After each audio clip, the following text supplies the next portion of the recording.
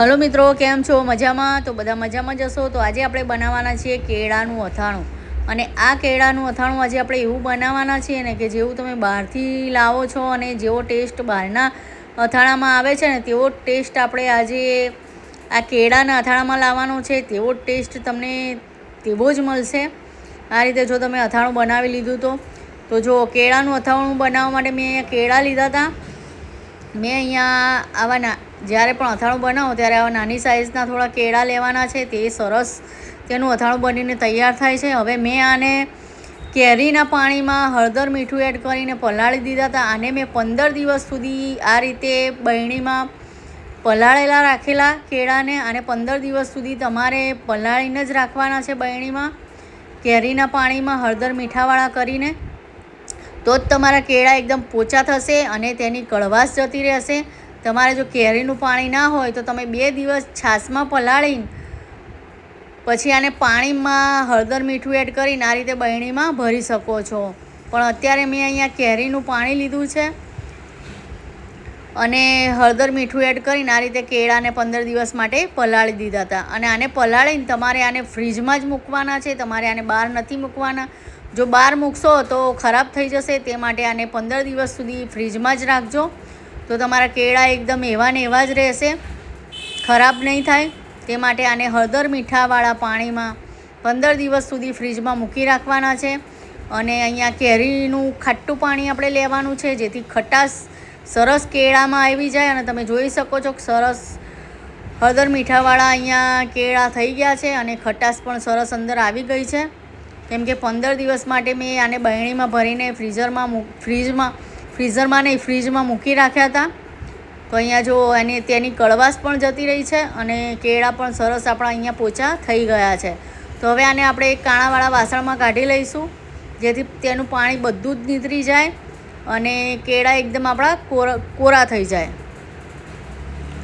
હવે એક કોરું કપડું પાથરીશું આપણે અને કેળાને આપણે પાથરી દઈશું, જેથી કેળાનું બધું જ પાણી નીકળી જાય અને આ કેળા એકદમ કોરા થઈ જાય.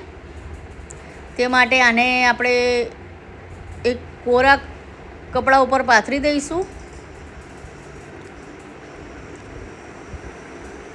આને એકદમ કોરા થવા દેવાના છે. પછી જ આપણે આનું અથાણું બનાવવાના છીએ.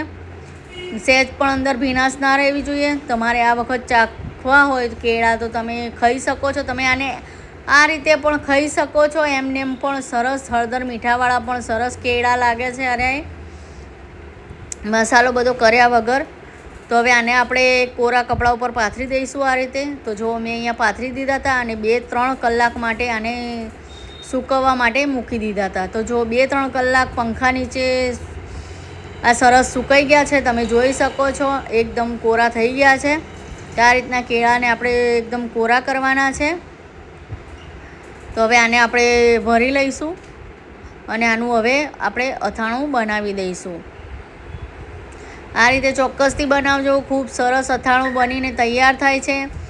હું અહીંયા લાલ મરચું અંદર નથી એડ કરતી. તમારે જો લાલ મરચાંમાં એડ કરીને બનાવવું હોય અથાણું તો પણ તમે આને બનાવી શકો છો. પણ હું જેવું બહાર મળે છે, જેવું એકદમ સાદું અથાણું, તેવું જ હું અહીંયા બનાવવાની છું. તો જો બધા કેળા અહીંયા સરસ કોરા થઈ ગયા છે, તમે જોઈ શકો છો. અને હળદર મીઠાવાળા પણ સરસ થઈ ગયા છે અને પોચા પણ સરસ થઈ ગયા છે. જો તમે 15 દિવસ સુધી નહીં આને પલાળીને રાખો ને તો કેળા એકદમ તમારા પોચા નહીં થાય અને કેળા કડવા લાગશે અને અથાણું પણ તમારું સારું નહીં બને. એટલે આને 15 દિવસ સુધી આને ખટાશવાળા પાણીમાં આને પલાળીને રાખજો, તો જ તમારું અથાણું એકદમ સરસ બનશે. હવે અહીંયા જો મેં રઈના કુરિયા લીધા છે અહીંયા. તો આપણે આમાં રઈના કુરિયા એડ કરવાના છે. આપણે આને દળવાનું નથી. અમુક લોકો આને મિક્સરમાં પીસીને એડ કરતા હોય છે, પણ તેમાં તેનો સ્વાદ જતો રહે છે. તમે જ્યારે પણ અથાણું બનાવો ત્યારે આ રીતના આખા જ કુરિયા એડ કરવાના અંદર, તો ટેસ્ટ એકદમ સરસ આવે છે. હવે અહીંયા જો મેં તેલ લીધું છે. તેલ અહીંયા મેં સાદું જ લીધું છે. તો અહીંયા તેલ મેં પહેલાં ગરમ કરી નાખ્યું હતું અને તેલ અહીંયા સરસ ઠંડુ થઈ ગયું છે. એક સહેજ જ તેલ અહીંયા ગરમ છે, બહુ જ ગરમ નથી, થોડું જ તેલ અહીંયા ગરમ છે. તો હવે તેમાં આપણે રઈના કુરિયા એડ કરી દઈશું. આ રીતે થોડું થોડા એડ કરતા જઈશું અને આને મિક્સ કરતા જઈશું. જો તમને વિડીયો સારો લાગે તો મારી રિક્વેસ્ટ છે કે મારી યુટ્યુબ ચેનલને લાઈક, સબસ્ક્રાઈબ અને શેર જરૂરથી કરજો અને કમેન્ટ કરીને મને કહેજો કે તમને આ રેસીપી કેવી લાગી અને જરૂરથી બનાવજો. ખૂબ સરસ અથાણું બનીને અહીંયા તૈયાર થાય છે. વિડીયો થોડો લાંબો છે પણ તમે એક વખત આ રીતે અથાણું બનાવી જોજો. ખૂબ સરસ અથાણું બનીને તૈયાર થાય છે. હવે જો આ રીતે તેલમાં એડ કરીને આ રીતે તેને મિક્સ કરી દઈશું. એકદમ વધારે તેલ ગરમ ના હોવું જોઈએ, નકર રઈના કુરિયા તમારા બળી જશે અને અથાણાનો ટેસ્ટ સારો નહીં આવે. એટલે તેલ એકદમ ઠંડુ થાય પછી જ આપણે રઈના કુરિયા અંદર એડ કરવાના છે. તેલ સહેજ આપણે આંગળી અડે તેવું ગરમ હોય તેવું તેલ આપણે અહીંયા લેવાનું છે. પછી આપણે જો તેલમાં એડ કરીને આ રીતે તેનો મસાલો એડ કરી દઈશું. થોડો થોડો તેલમાં એડ કરીને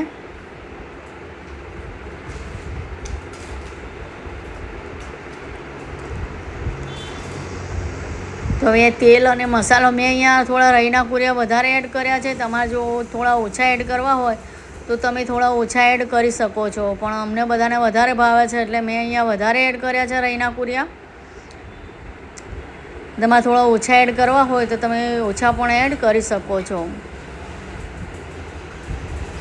ને પછી તમે જ કમેન્ટ કરીને કહેશો કે બેને બહુ રઈના કુરિયા અંદર એડ કર્યા છે, પણ અહીંયા અમારા છોકરાઓને બધાને વધારે ભાવે છે રઈના કુરિયા આનો મસાલો, એટલે મેં અહીંયા વધારે એડ કર્યા છે.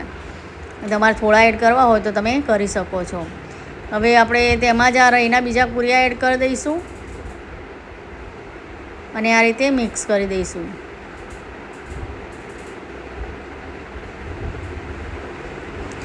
આને મિક્સ કરવામાં જ ભલે થોડી વાર લાગે પણ આને મિક્સ એકદમ કરતું જ રહેવાનું છે, જેથી અંદર સરસ રઈના કુરિયા મિક્સ થઈ જાય. હવે આપણે તેમાં લીંબુનો રસ એડ કરીશું અને થોડું મીઠું એડ કરીશું સ્વાદ પ્રમાણે. મીઠું તમારે ચાખી લેવાનું. જો તમને એવું લાગે કે મીઠું એડ કરવાનું છે, કરવું પડશે તો જ તમારે અંદર મીઠું એડ કરવાનું, નકર તમે પહેલાં જે પલાળેલા હશે તેમાં જ સરસ મીઠાશ આવી જ જાય છે. તો હવે આપણે તેમાં લીંબુનો રસ એડ કરીશું. લીંબુનો રસ આપણે આમાં એડ કરવાનું છે જેથી અથાણું આપણું ખરાબ ના થાય. અને એટલું યાદ રાખવાનું કે અથાણાને આપણે ફ્રીજમાં જ રાખવાનું છે, બહાર નથી રાખવાનું. બહાર રાખશો ને તો અથાણું જલ્દી ખરાબ થઈ જશે, પણ આને ફ્રીજમાં રાખશો ને તો અથાણું એવું ને એવું જ રહેશે. તો અથાણાને બનાવીને તમે ફ્રીજમાં જ રાખજો. શિયાળો હોય અને તમે બહાર રાખો ને તો ચાલે, પણ ઉનાળો કે ચોમાસું હોય તો તમારે અથાણાને ફ્રીજમાં જ રાખવાનું, જેથી અથાણું લાંબો સમય સુધી ચાલે, ખરાબ ના થાય તે માટે. તો જો આપણે અહીંયા મેં ટોટલ 3 લીંબુ લીધા છે. 3 લીંબુનો રસ અંદર એડ કર્યો છે. આનાથી સરસ એકદમ રસાદાર અથાણું બનીને તૈયાર થાય છે અને એકદમ ખટાશ પણ આવી જાય છે અને તેની જે કડવાશ હોય છે કેળાની તે જતી રહે છે અને ખૂબ સરસ અથાણું બનીને તૈયાર થાય છે. હવે લીંબુનો રસ એડ કરીને આ રીતે મિક્સ કરી દઈશું. આ રીતે મિક્સ કરતું જવાનું છે. તમે જોઈ શકો છો કે અંદર એકદમ મસાલો સરસ મિક્સ થઈ ગયો છે અને લીંબુનો રસ પણ સરસ મિક્સ થઈ ગયો છે. અહીંયા મેં ચાખી જોયું કે અથાણું કેવું બન્યું છે, પણ અથાણું એકદમ ટેસ્ટી અને સરસ બન્યું હતું.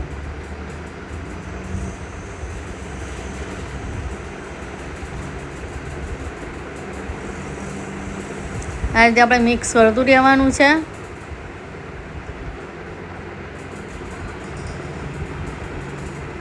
તમારે કમ્પ્લીટ અથાણું શીખવું હોય તો રેસીપી પૂરેપૂરી જરૂરથી જોજો.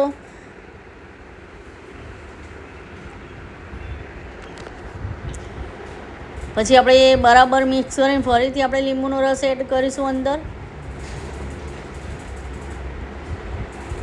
અને મિક્સ કરતું જવાનું અને એક લીંબુનો રસ અંદર એડ કરતું જવાનું છે.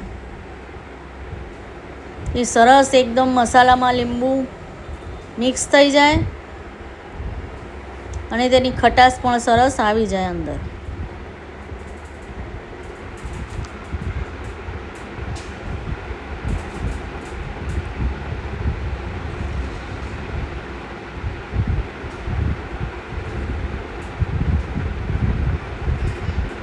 તો જો આ રીતે લીંબુ એડ કરીને આ રીતે મિક્સ કરી દેવાનું છે.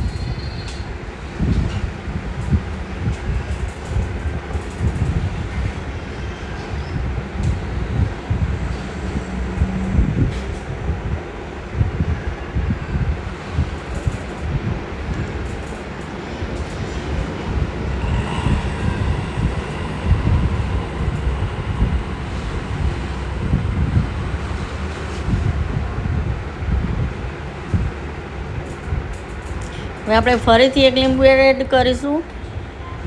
આપણે આ રીતે લીંબુનો રસ એડ કરતું જવાનું છે અને મિક્સ કરતું જવાનું છે, જેથી સરસ કેળામાં પણ લીંબુ એકદમ મિક્સ થઈ જશે તે માટે.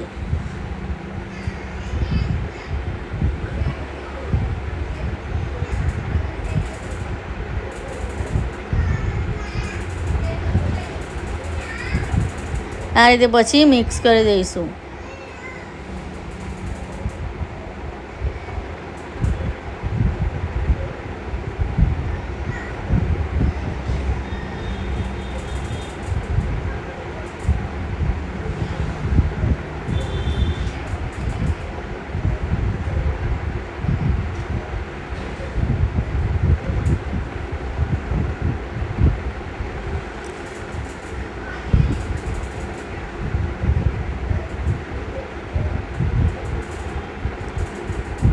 તમે જોઈ શકો છો કે અથાણું અહીંયા આપણું બનીને તૈયાર છે.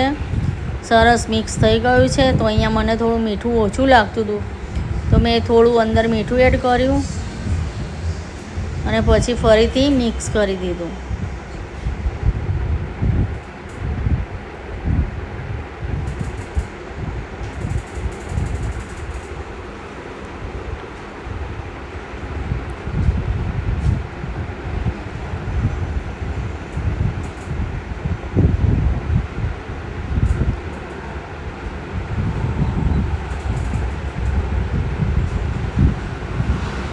હવે અહીંયા તમે જોઈ શકો છો કે કમ્પ્લીટ આપણું અથાણું બનીને તૈયાર છે અને એકદમ બહારથી લાવ્યા હોય ને તેવું જ અથાણું બનીને તૈયાર થયું છે. તો હવે આને આપણે એક બરણીમાં ભરી લઈશું.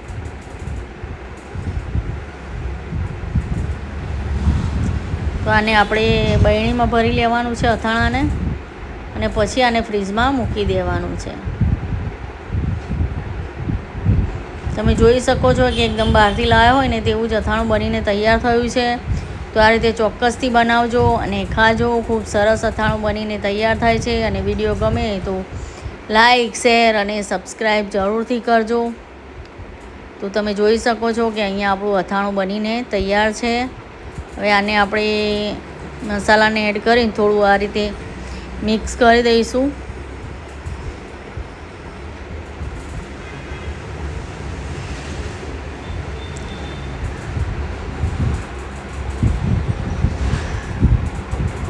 બધાને મારા તરફથી જય મા લક્ષ્મી અને જય શ્રી કૃષ્ણ. તો આ રીતે અથાણું ચોક્કસથી બનાવજો અને ખાજો. તો મળીશું હવે બીજા વિડીયોમાં. હવે આને ઢાંકીને આપણે ફ્રીજમાં મૂકી દેવાનું છે.